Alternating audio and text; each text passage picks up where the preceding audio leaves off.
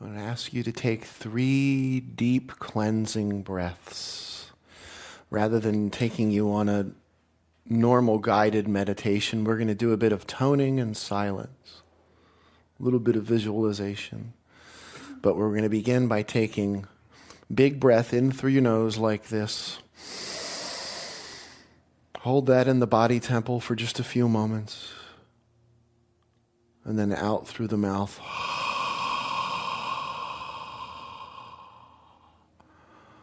Do that 2 more times at your own pace.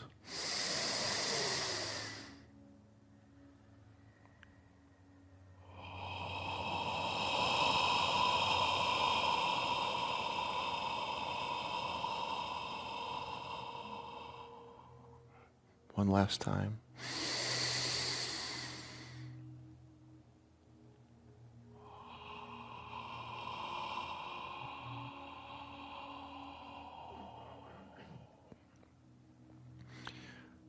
We're going to begin with a bit of a visualization. I'm going to say 3 words very mindfully several times over. You're going to visualize these words in your mind's eye. Those 3 words are, I am peace. I am peace. And what I'm going to do is I'm going to repeat them just very consciously, I am peace.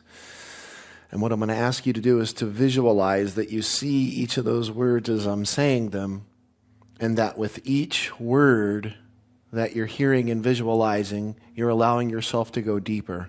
So I, deeper, am, deeper, peace.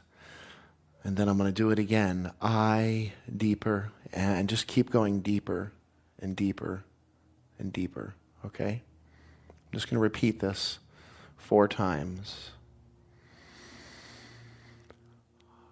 I am peace. You can say it out loud. I am peace.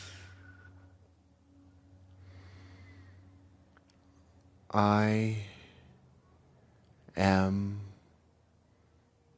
peace. I am peace. Now we're going to tone a word. This word sounds like this in Aramaic. Enana. Enana. Can you say that? Enana. Enana is when Yeshua would say those different I am statements in the Gospel of John, the I am the way and the truth and the life, etc. The words that would come out of his mouth were Enana. If he was talking about himself, the word he would have used was simply Ana, which means I, Ana or Ena or Ina, depending on pronunciation. But he didn't say Ana, he said Enana, which is actually the word Ana twice, technically, Ana, Ana, and it shortens into the sound Enana. What that means is not I, Jesus, am. It literally means the I within the I behind the I. That's the I am. In the words of St. Francis of Assisi, what you're looking for is what is looking. The I am is what sees through you. So what we're going to do is we're going to tone 3 times the sound like this. Just listen to the first one.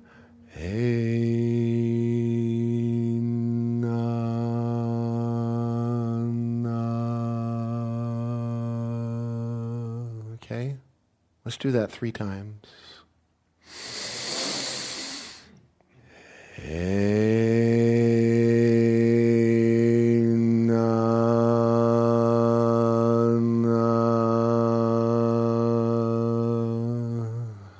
Bring even more intention to that. Big breath of air.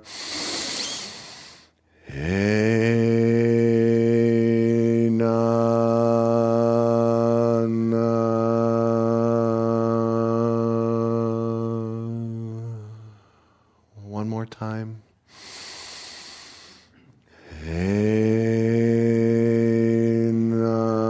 One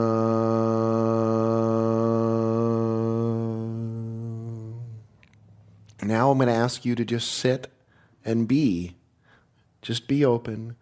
And I'm going to continue toning this for a few minutes. And I'm going to ask that each time I tone it, while you're just listening, you're not going to be toning this one anymore. That you allow yourself with each successive anana that radiates out of me, that you allow yourself to go deeper into peace, into that deep, crystalline peace, deeper and deeper. Do you understand what I'm saying? So you're allowing yourself to hear that tone of anana that's radiating forth from me and allowing yourself to go deeper each time. We're going to do this for a little bit of time. Okay? So just be open, be aware of the rise and fall of your breath, and be aware of these frequencies as they're moving through the room. Okay?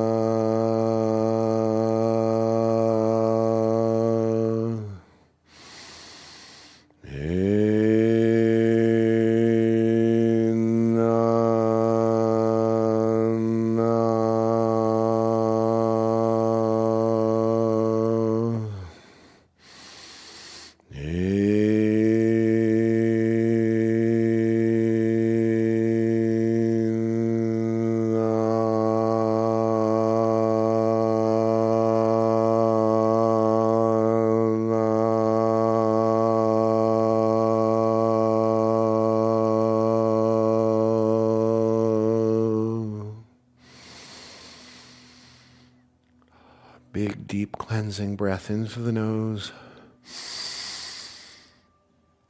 Hold it for just a few moments. And out through the mouth.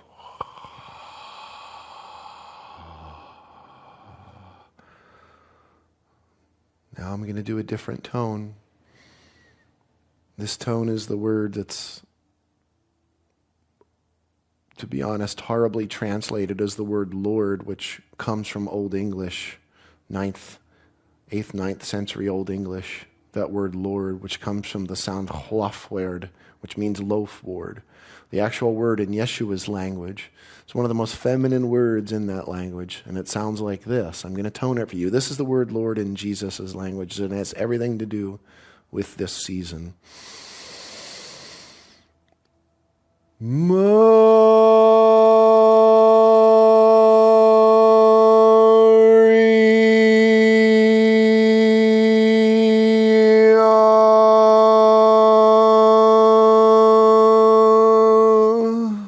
Maria. Can you tone that with me 3 times?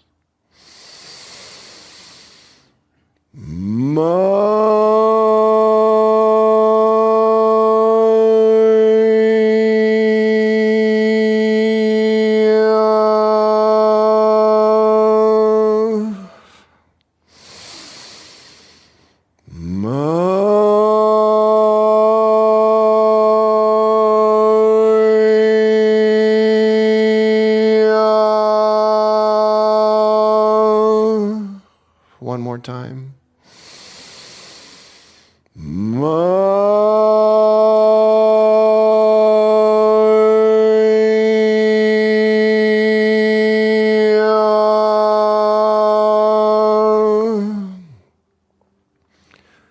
Now we're going to tone that word one more time, but we're going to add a sound at the end so that it's not Maria, but it's actually Mariam. Mariam. Maria is that word for Lord, that feminine essence which expands forth from a bedrock of strength. That's Maria. If you put the letter mem in Aramaic, M in English, Mariam, you've got the name Mary, just by adding a letter. So what we're going to do is one time very consciously invoke and intone the name Mary, Mariam, okay? One time, and then we're just going to be open in the silence after this one tone, okay? And just be in the space. Be that peace. Be aware of that feminine crystalline presence that I'll be speaking about in just a few moments. Mariam, one time, okay? Get a big breath of air.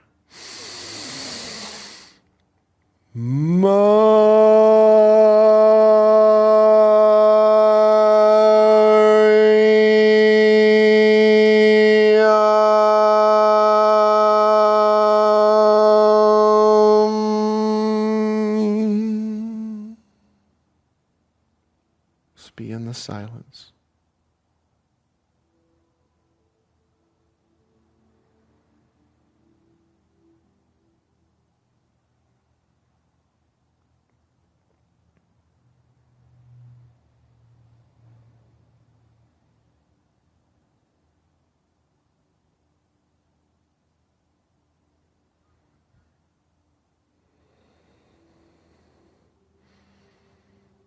Be aware of her presence here in this room.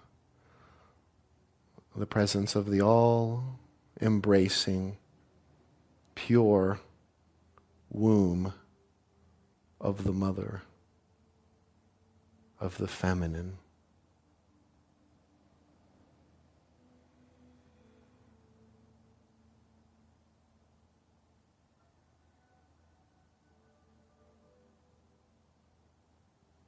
Let's tone one sound one time to bring this to completion. The sound is Amen. Amen. Different pitch. Amen. Amen one time, okay? Get a good breath. Amen.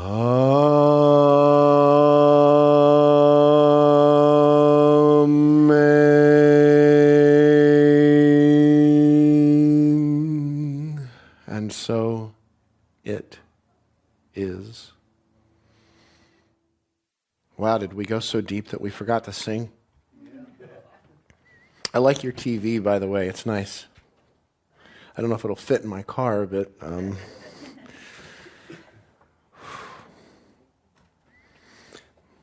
you have any kind of insight, idea, or should I just say recognition that the feminine is doing everything that she can to be recognized right now and acknowledged after being pushed to the side and ignored for a long time? I'm pretty good at, I guess, just being tuned into things that a lot of people maybe take for granted. But, I have to make an acknowledgement that I always feel so welcome here. Everybody's always beautiful. Always feels like family. And it's like I'm really going to take extra special intention now to tell people you got to check out Unity of the Mountains, Unity Church of the Mountains. The reason for that is because never in my life, in any center that I've ever spoken at, and I mean this from the bottom of my heart, have I ever seen a light under the toilet seat that heats up like that. I get the heated toilet seat. That's awesome. That's great. What's the light thing all about? Anyway, I'm just going to tell everybody, you got to go. They got lights under the toilet seat in the bowl. Now, if they changed like red and green, that'd be even cooler. It was just blue, which I guess is to give the illusion that you use those little blue-colored things. I don't know, so you don't have to pay for those. But anyway, cool seats.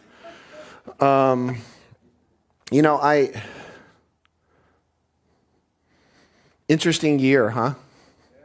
Very normal, right? No upheaval, nothing strange, odd, no feelings of vulnerability, no feelings of, that things were sort of being dumped out and, turned all over the floor.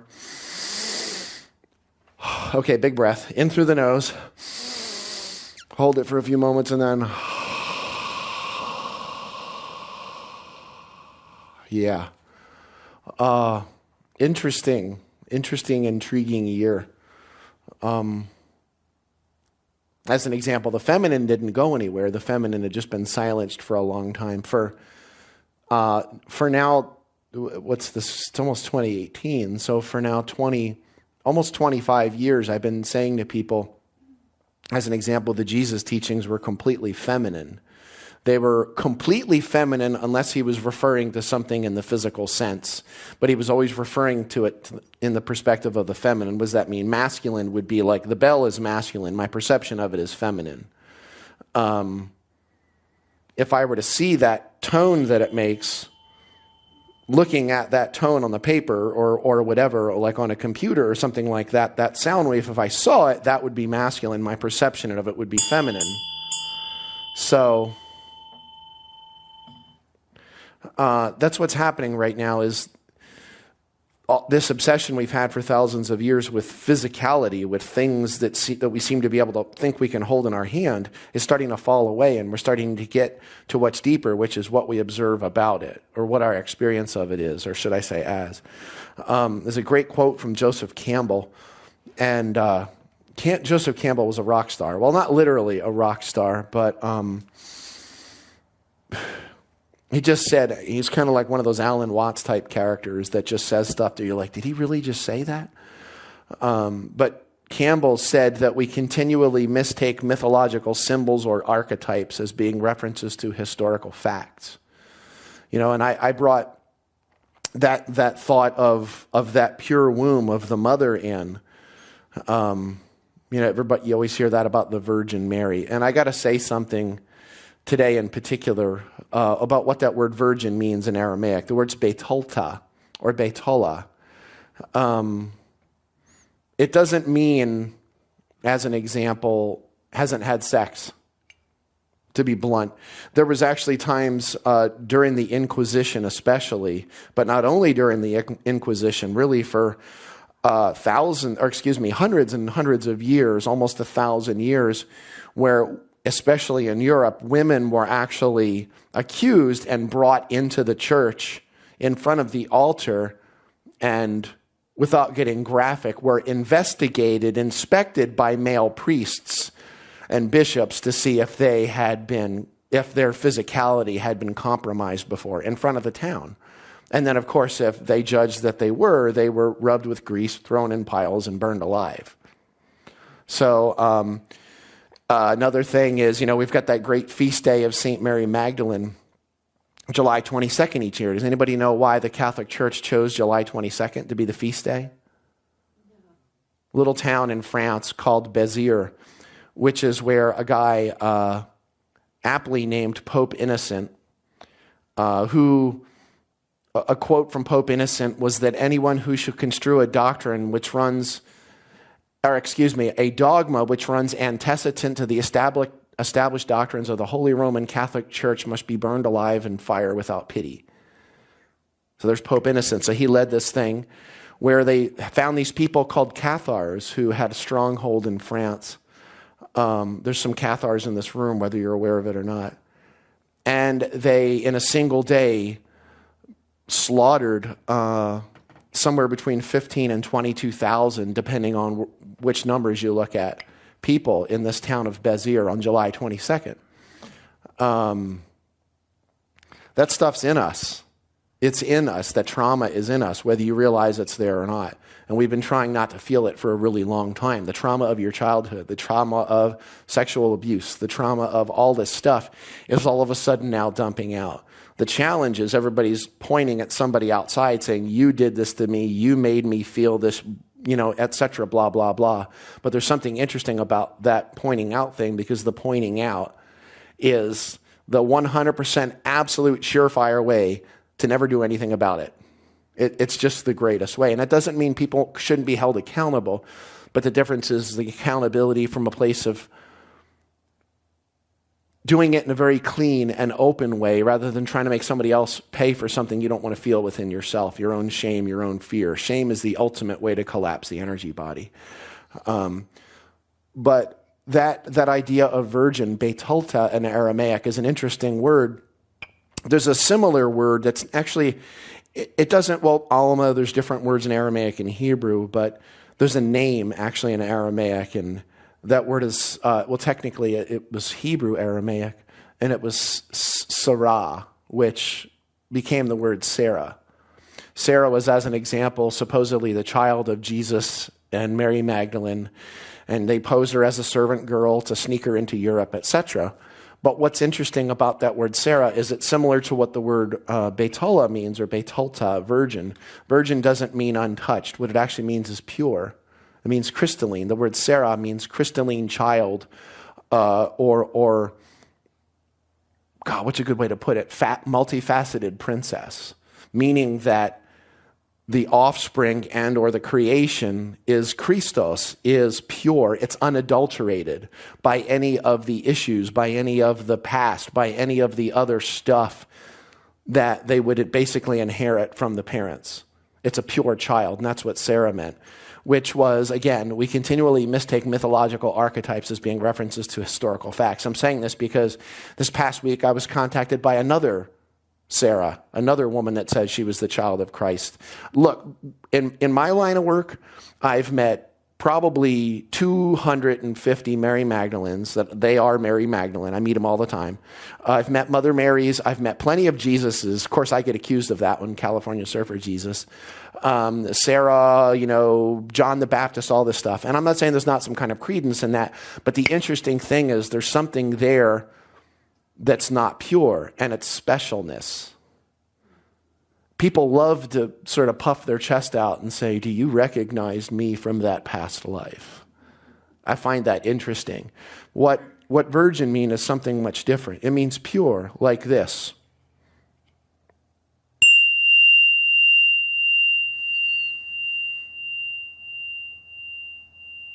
It's a pure tone. It's a pure, clear, crystalline tone. It's unadulterated by whatever conditions are around it. Do you understand what I'm saying? In other words, it's open. It's nothing to do with the physical in any way whatsoever. Interesting, because that's what the word human means. Human, humanus, means the hue of man. What's hue? Hue is, as an example, if you're looking at different colors, there's different hues of red, green, whatever. Well, it's the same with sound. Any kind of vibration or frequency, which color is an example of. Actually, the color we see is the frequency that's not present. So we're actually seeing the color that's not there when we see particular colors. But hue of man, how did everything get brought into existence? By speaking it. It says that Elohim spoke everything into existence. And the hue of man is the timbre, the quality of manus, that one that reaches out, which I think we haven't maybe done so good with that the last couple of years, but I see it finally starting to come around a little. At least politics is healthy, right? Politics are healthy. The economy's healthy. Religion's healthy. Anyway, so we're in that Yuletide season. I'm going to throw a couple of words out here, Christmassy kind of words. What does Yule mean? What does Yule mean? Everybody talks about Yuletide. What's that mean? Anybody actually know? What do most people think it means? Christmas, or a thing that burns in a fireplace. Usually people think it's a log, right? You know what it means? It means spinning wheel. Yuletide. Tide means frequency or vibration. Rise and fall of breath, sea change, etc. Tides. It means frequency and vibration. Spiritus in Aramaic, rucha. When you hear that word spirit, what it actually meant was frequency or vibration. It means a rise and fall of breath. It means the beating of the heart, the movement of air across your skin from the fans. Interesting. But there's another word, actually, that means this spinning wheel of the sun, which is what Yuletide actually means. It means the spinning wheel of the sun. But there's another word that means the same thing, and it's the word Galilee. Galilee is an Aramaic word that means the spinning wheel of the sun. Interesting little thing. Pope Julius in the year 350, that was the year that in, 315, they legalized Christianity. So instead of slaughtering all the supposed Christians, they started, trying to harness what they were doing. At Council of Nicaea in 325, Emperor Constantine, started kind of formalizing Christianity in such a way, and he took all the different mythologies of Horace from Egypt and laid them over the Jesus story and said, that's exactly what I'm doing. I'm taking the lifetime of Horace, I'm threading that into the Jesus story, and that's the way we're going to present this from here on out, with that entire mythological concept. But then in 350, Julius made Christianity legal. And not legal, that was in 315. It was the day that they chose December 25th as being Christmas Day. Does anybody know why they chose December 25th? It's part of it, yeah.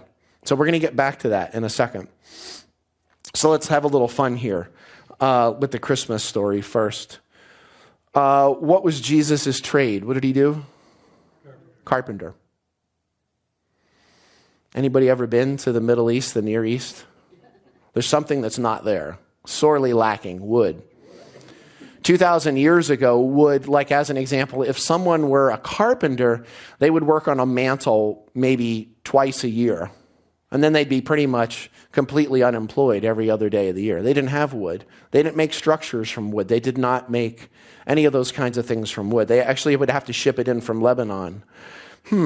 Okay, well, let's start looking a little bit deeper into here. He was born where? Where was he born? Bethlehem. His name was Jesus of Nazareth. Does anybody know why there was a name after a man's name back then? It was where he was born. I'll also say Nazareth, Natzarit in Aramaic means initiate. Interesting.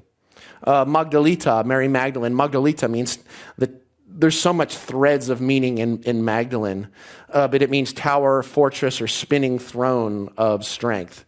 That's another subject entirely, not just a town per se. So he was born in Bethlehem. Why? Because taxes. There was no tax that year. Didn't happen. By all historical records, it happened if you have a 2 to 3 year leeway in either direction. It happened either 2 to 3 years before or after. It definitely, beyond any shadow of a doubt, didn't happen in that time period. There was no taxes. Interesting, but he had to be born in Bethlehem. Why? Anybody know? Why did he have to be born there? City of David, right there. Because it's the city of David. Why is that a big deal? Because they said that's where the Messiah was going to come from. Nice. Well, it's kind of funny how it's in Matthew and Luke. Both Christmas stories are completely different. One says he was in Egypt. One says he was in Bethlehem. Just, you overlook those things. City of David. Messiah, a funny thing, it's kind of like coming in the proper gate into Jerusalem during the Passover, riding on the back of an ass. If you know what the prophecy is, all you got to do is step in the footprints. I'm just saying that. But, city of David. So they said he was from the line of David, right? And if you look in the beginning of Matthew, the Gospel of Matthew, and is it 2nd or 3rd chapter of Luke, it shows you his bloodline. And it goes through all the different bloodlines, starting with David, etc., and going down. And who's right before Jesus in the bloodline? It's not Mary, it's Joseph. Houston, we have a problem. Number one, if it's a miraculous virgin birth, it's not Joseph's bloodline. His bloodline has nothing to do with Joseph. And it says Joseph in Matthew and Luke. It's right under the nose of the scholars and they don't think about it. You're trying to sell us an immaculate conception and then you're showing us a bloodline of the stepfather. Interesting thought, isn't it? And it's right there. It's right there, actually, in Matthew, it goes up to down, and then in Luke, it goes in reverse, from Jesus to Joseph, and goes all the way to Adam and then to God. It's kind of interesting, isn't it? Right under his hand, or right under your nose. So that carpenter thing, that word was tekton in Greek. It was nagara in Aramaic. All right, so that kind of blows out the window. He was born in Bethlehem. But he was laid in a manger. Why? No room at the inn. Okay, well, it doesn't say in Aramaic or Greek. It just says there was no space in the main area of the home. Interesting that he wouldn't have been born. Well, where was he born? What was the structure? In a what? A stable. What did they not have 2,000 years ago? Wood. They didn't have wood. Does anybody know where the idea of a stable comes from? That we have here in the West. It has absolutely nothing to do with the Jesus story whatsoever. It actually comes from the year 1223 from a certain guy that I quoted earlier, St. Francis of Assisi, at the Greccio Hermitage. He created the first live nativity scene in a cave. And people came in and saw this live nativity, but he also built something. He built something called a presepio, which was built in a local Italian context. It was a wooden stable, just like the local Italian wooden stables, so that he could teach the idea of the nativity to the children in a way that they would understand from their local culture. How many people actually know that? And that was the birth of the idea of an actual physical stable. Let me ask you something about this. Has there anybody who's ever seen in the Christmas story in the Bible, ever seen the word stable? It's not there. It's not there. It's an interesting thing. We add it there. It's funny how we add things in that aren't there. I get quite a kick out of this kind of stuff, actually. But that presepio is something, let's look at this, This is the Christmas story. This is supposed to be like the most miraculous story ever. And, I got to say, anybody ever heard of Rick Steves before?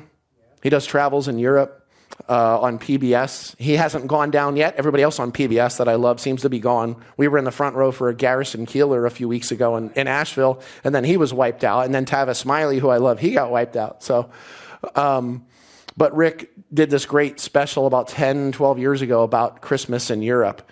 It was like a 1-hour special, but he had this book that came with it that was really great about different Christmas traditions, scholarly things, etc. And it's interesting how he talks in there about how the people that are diehard religious don't want to hear anything from the scholars. And the scholars who were diehard facts and figures, etc., don't want to hear anything from the religions. I find that very intriguing. But again, I'm coming back to that Campbell quote. We continually mistake mythological archetypes as being references to historical facts.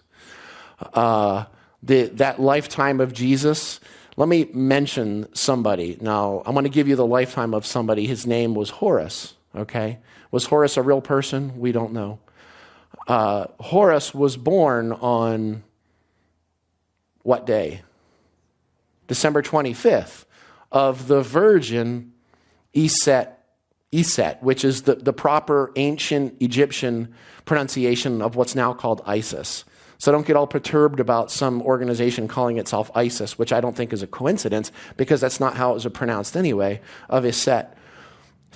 3 kings, which in Aramaic would be closer to a magi, a Zoroastrian. 3 basically almost astrologers visited Horace. And they said it was going to be a miraculous birth. He was teaching in the temple at the age of 12. Just a coincidence, I'm sure, Horace. He was baptized at the age of 30. Coincidence, I'm sure, by his cousin, Anep, who, after baptizing him, was beheaded and his head paraded around town. Coincidence, I'm sure. Horace traveled about with how many disciples? 12. Coincidence. He healed the sick, raised the dead, walked on water, turned water into wine, was brought up on charges, crucified, and then arose after how many days? 3. Coincidence, I'm sure. He was called the way, the truth, and the life, the only begotten, the Lamb, the good shepherd. This is all Horace, but I'm sure that's just pure coincidence. Anybody know where the 12 comes from? Where's this idea of 12 tribes, etc.? Where's that come from? It's the zodiac. It's the zodiac. What's the zodiac called? In Aramaic, the zodiac is called the Galilee. It's the spinning wheel. In Europe, it was called the Yule. Yuletide is the spinning of the wheel of the sun. S-U-N, the rebirth of the sun. Interesting, huh? Jesus was the sun born on the spinning wheel within the zodiac. And of course, if you look at each of the disciples, each of them represents a specific house of the zodiac. Very, very specific. But that has nothing to do with anything because it's really about Santa Claus, right? St. Nicholas. I just saw some scientific thing the other day, something about St. Nicholas. And I don't know if you know this or not. And, a lot of men, I think, are perturbed. And Christian scholars are coming out and saying, no, it can't be true. That scientists just realized that all of the reindeers were girls, including Rudolph. Because the males shed their antlers, and reindeer, actually the females, they don't shed their antlers. Yes, they have them. Interesting thing. That pissed a lot of people off. They don't want to know that Rudolph is a girl too. So where's that whole idea of Santa Claus come from? Other than Saint Nicholas, we can get into Santa Lucia, Sammy Claus, and Schmutzli, and all these great little characters over in Europe. Anybody know where that modern idea of Santa comes from? The red suit, etc. I heard it back there. Coca-Cola. So Coca-Cola in the 1930s adopted actually some pen and ink drawings, pen and paper drawings from the late 1800s from Harper's Bazaar magazine from a German immigrant. And he created that whole idea of old Saint Nick. And everybody's seen the pictures, with the long, cigarette, I believe he's got, trying to sell stuff, it's all about that. That whole idea of Santa Claus, I find that very interesting. But what I'm saying is, when we become obsessive about a story, and I'm not saying the story doesn't have significance, I'm not saying the story doesn't have value, I'm not saying that the story doesn't wipe out everything that you were going to say because you looked at your wife and she's so beautiful that you totally forgot what you were saying. So I'm going to go on this side now. It doesn't mean that that's not value, but what I'm saying is there's something much deeper there. I always tell people, well, I can't say that particular phrase because it's a Sunday morning, but I do tell people that let's just put it this way, that I'm sort of cracking the nut at the center of the Jesus teachings. I'll translate it that way because sometimes in other communities I'll say something different and I don't want to say it that way, but I'm sort of like the Nutcracker for Jesus. Okay, I said it in a nice way. I'm trying to, get to what's at the center. When I see a theological translation, like basically I stand on the shoulder of giants, Rocco Errico, George Lamza, Neil Douglas Klotz, different people that have been great translators. But almost all of them stopped at the level of theology. I think Neil took it further, but they sort of got the theology, the frame, and they never sort of went to the place where it was experiential, where he went, oh my God, that's what it's about. Hold on a second. So let me give you an example of what I mean here. So I was saying, what is that about December 25th? There's something that's going to be happening in a couple of days called the winter solstice, the solstice. How many solstices do we have each year on Earth? Two. Well, we got two solstices, two equinox. How many winter solstices? Well, technically, how many winter solstices do we have? Actually, two. We have two summer solstices and two winter solstices. This is American thinking. So when you said, there's another hemisphere, my friends. We love here in America to just think that we're sort of like an island unto ourselves. We don't think about the fact that there's actually, our summer solstice is their winter solstice, as an example in Australia. Interesting little thing. But I love doing that to people.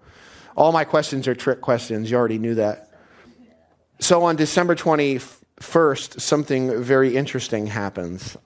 First of all, Santa Lucia Day, that's on the 13th. On December 21st, something very interesting happens, which is that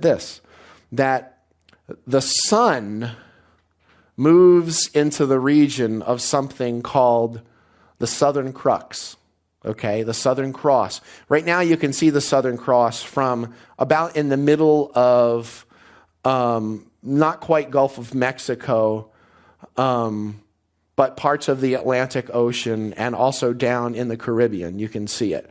At the time of Yeshua, it was viewable from the areas of Palestine, Israel, Northwest Africa, the Mediterranean Sea, and parts of southern Europe. Interesting, and where what would be called the Ukraine now. And what they would see back then is they saw the sun, which is also recognized in Egyptian culture, fell down right into the center of a constellation of stars that looked like this, called the Southern Cross. Anybody know, you ever seen like a movie or sometimes a Christian that says they're offended by Xmas? Do you know how it's actually spelled in Koine Greek? With what looks like an X in English. So that tells me again, that's somebody who doesn't know. They don't know their own culture. They don't know their own religion. They haven't actually studied it. They just eat what's spoon-fed. But on December 21st each year, the sun drops into that Southern Cross, and the sun dies on that cross for 3 days. The sun dies on the Southern Cross for 3 days. Late on December 24th, early on December 25th, the three kings of Orion's belt, which are an exact opposite reflection of the three pyramids at Giza. Interesting, the tips of the three pyramids at Giza. The three kings of Orion's belt line up. Well, they're already lined up, but something called Sirius, the dog star in summer, the star in the east in the winter, lines up past the three kings and points directly at the newborn sun, which moves 1 degree off of the Southern Cross on Christmas morning. The three kings follow the star in the east to locate the newborn sun. Everybody breathing? There was a festival called Saturnalia, which actually honored this, which was a Roman festival. Interesting thing that they basically stole from the Egyptians. 10 Commandments stolen straight out of Spell 125 of the Egyptian Book of the Dead. You know, so much of the stuff that we think is Christian, but what I'm saying is this. In the end, what's really important is this is a different Christmas than any Christmas we've had before. You've been given a great gift this year. You've been given the great gift of having everything that you depended on, relied on, believed in, put faith in, dumped out all over the floor around your feet so you could look at it and figure out if it was actually serving you anymore. Has it felt like that kind of a year? Like the old things don't work anymore? I know speakers, spiritual teachers, etc., who are out there and they've been speaking for 30 years and they're like, it doesn't work anymore. What I'm doing doesn't work. You know, the travel thing doesn't work. It's like all the old paradigms aren't working so much anymore. So what I'm asking you is this. It's coming right back to the beginning of how we started with the toning and with this talk.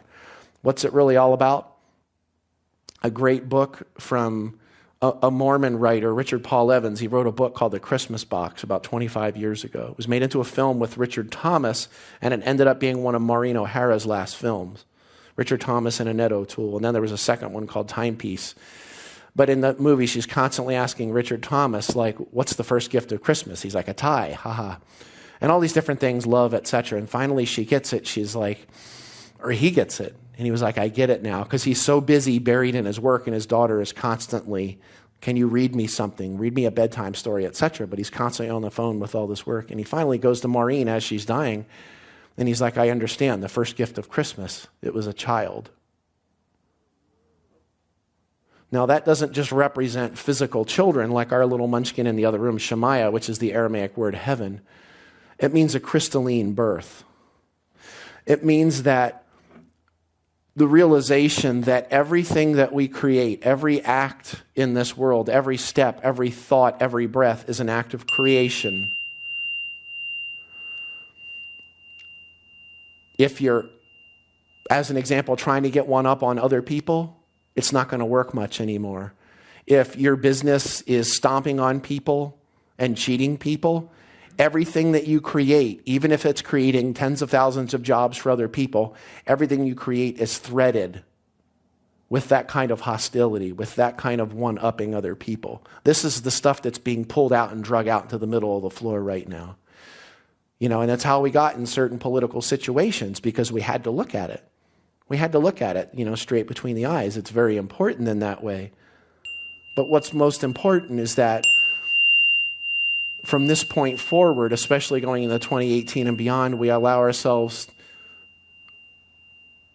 to be continually, wholly, fully present in this moment, so that all that we create is coming forth from a place of presence, from a place of crystalline clarity, rather than creating and doing things for some kind of end means that's going to take something from someone else, actually learning to work together and actually learning to come forth in a place that's calibrated to truth, that's calibrated to what's sacred. Do you understand what I'm saying? Kind of like I always use the example, if you're a music lover, Carlos Santana would hit a note he just hits a note and it just kind of hangs there. You know, Miles Davis, John Coltrane, great music. When it's just like you can feel the soul open up. It doesn't matter what you're doing. It doesn't matter if you're scooping ice cream. It doesn't matter if you're a mail carrier or something. What matters is, are you awake, are you present, and are you doing it in the service of humanity? This is the time right now for us to let go of all that stuff that doesn't work anymore, to let go, to stop trying to one-up everybody around you and realize that if part of the culture needs to go that way of conceit and vanity and avarice and all that crap, let them go that way. They'll have fun flying over the cliff, okay? What I'm saying is, you chose to be here right now. We are the ones we have been waiting for. You chose to be here to be the grounding rods for humanity, to help us calibrate and stay sacred in this shift at a time when it seems like everything's falling apart. Everything's not falling apart. It's just everything's being revealed. The veils between the light and the dark, the masculine and the feminine, are burning away right now. You know what's interesting about this? It's kind of like if I take a battery and I show you positive on this side and negative on this side. Is there anyone who can show me the place where it changes in the middle of the battery from negative to positive? Why? Because these are not two different things, light and dark, positive and negative. And positive doesn't mean good and negative doesn't mean bad. The positive is the masculine. It's that obvious thing you hold in your hand. So when you're telling everybody be positive, what you're actually doing is you're telling them to not do what? Honor the feminine, which is the darkness, which is the shadow, which is the reflection. And that's not bad.